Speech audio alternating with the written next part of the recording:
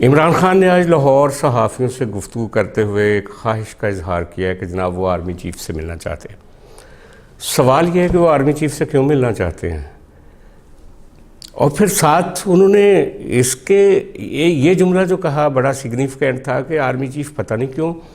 मुझे अपना दुश्मन समझते हैं और मैं तो उनको हरगिज़ अपना दुश्मन नहीं समझता। और फिर वो इसी सांस में ये भी कह गए कि फ़ौज को सियासत का पता नहीं है, सियासत के बारे में फ़ौज नहीं जानती और इसलिए गलतियां करती है। इमरान खान साहब ने ये तो कर लिया कि जनाब उन्होंने अदलिया की मर्ज़ी से और उनकी हमायत से वो जो इलेक्शन 2 असम्बलियाँ तोड़ी हुई थी, आज उनकी अदलिया की मेहरबानी से और प्रेसिडेंट साहब की मेहरबानी से डेट तो आ गई। लेकिन उनको फ़िक्र है कि अगर ये दोनों असम्बलियों में उनको अक्सरियत वापस नहीं मिलती, क्योंकि उन्होंने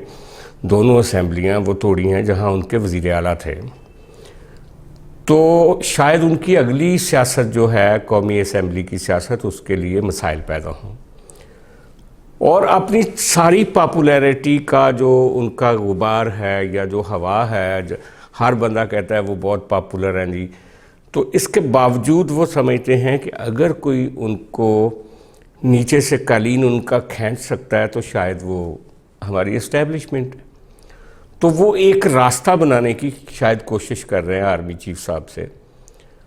और सादगी उनकी ये है कि वो कह गए कि वो तो समझते हैं कि शायद मैं उनका दुश्मन हूँ। भाई आपने जो पूरा अक्टूबर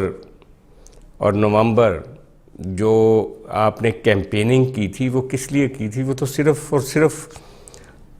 आर्मी चीफ साहब जो आसिम मुनीर साहब है उनको रोकने के लिए की थी।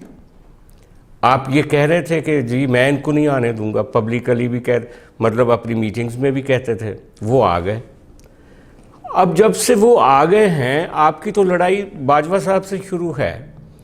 और बाजवा साहब की कंटिन्यूटी में आपने आसिम मुनीर साहब को आने से रोका, लेकिन वो आ गए। अब आपके इर्द गिर्द जो लोग बैठे हैं वो आर्मी के बारे में जिस तरह की गुफ्तगू करते हैं, उनका राजा आदल जो लंदन में बैठे हुए हैं, जो रोज़ आपके हक़ में एक वीलॉग करते हैं, और हुसैन मेहदी जो लंदन में बैठे हुए हैं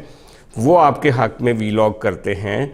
अमजद शोएब साहब जिनको यहाँ से गिरफ़्तार किया गया वो आपके बहुत बड़े सपोर्टर हैं। ये 3 बंदे हैं जो इस वक्त आर्मी के कंडक्ट के ऊपर सरेआम गुफ्तगू करते हैं और आदिल राजा तो बदतमीज़ी की इंतहा को छू रहा है। तो यानी कि ये जो तीनों चारों उनके वीलॉगर्स हैं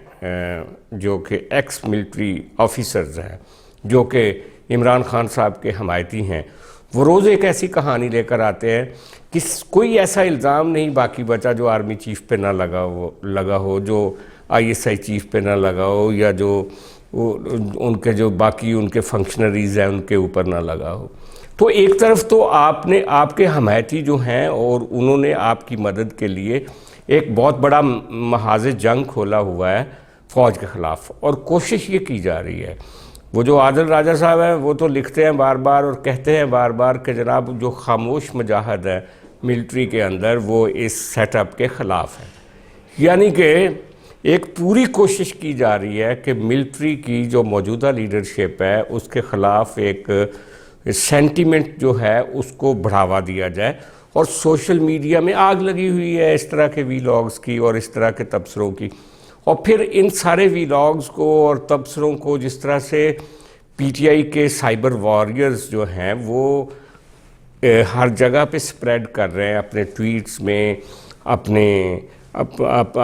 मुख्तलिफ जो वीडियोज़ हैं उनमें, रील्स में, और साबित किया जा रहा है कि खुदा न खास्ता इस वक्त की जो हमारी मिलिट्री की क़यादत है वो नाअहल है।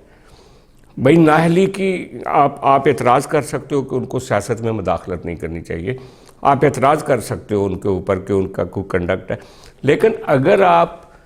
इस तरह के जरासीम बोएंगे कि नीचे जनाब हमारा लोड जो केडर है वो सारा इमरान खान का हमायती है, और आदिल राजा ने यहाँ तक कह दिया कि कर्नल रेवोल्यूशन आने वाला है पाकिस्तान में, तो भाई जब इस तरह की कैंपेन को आप नहीं रोकते बल्कि उनकी हौसला अफजाई करते हैं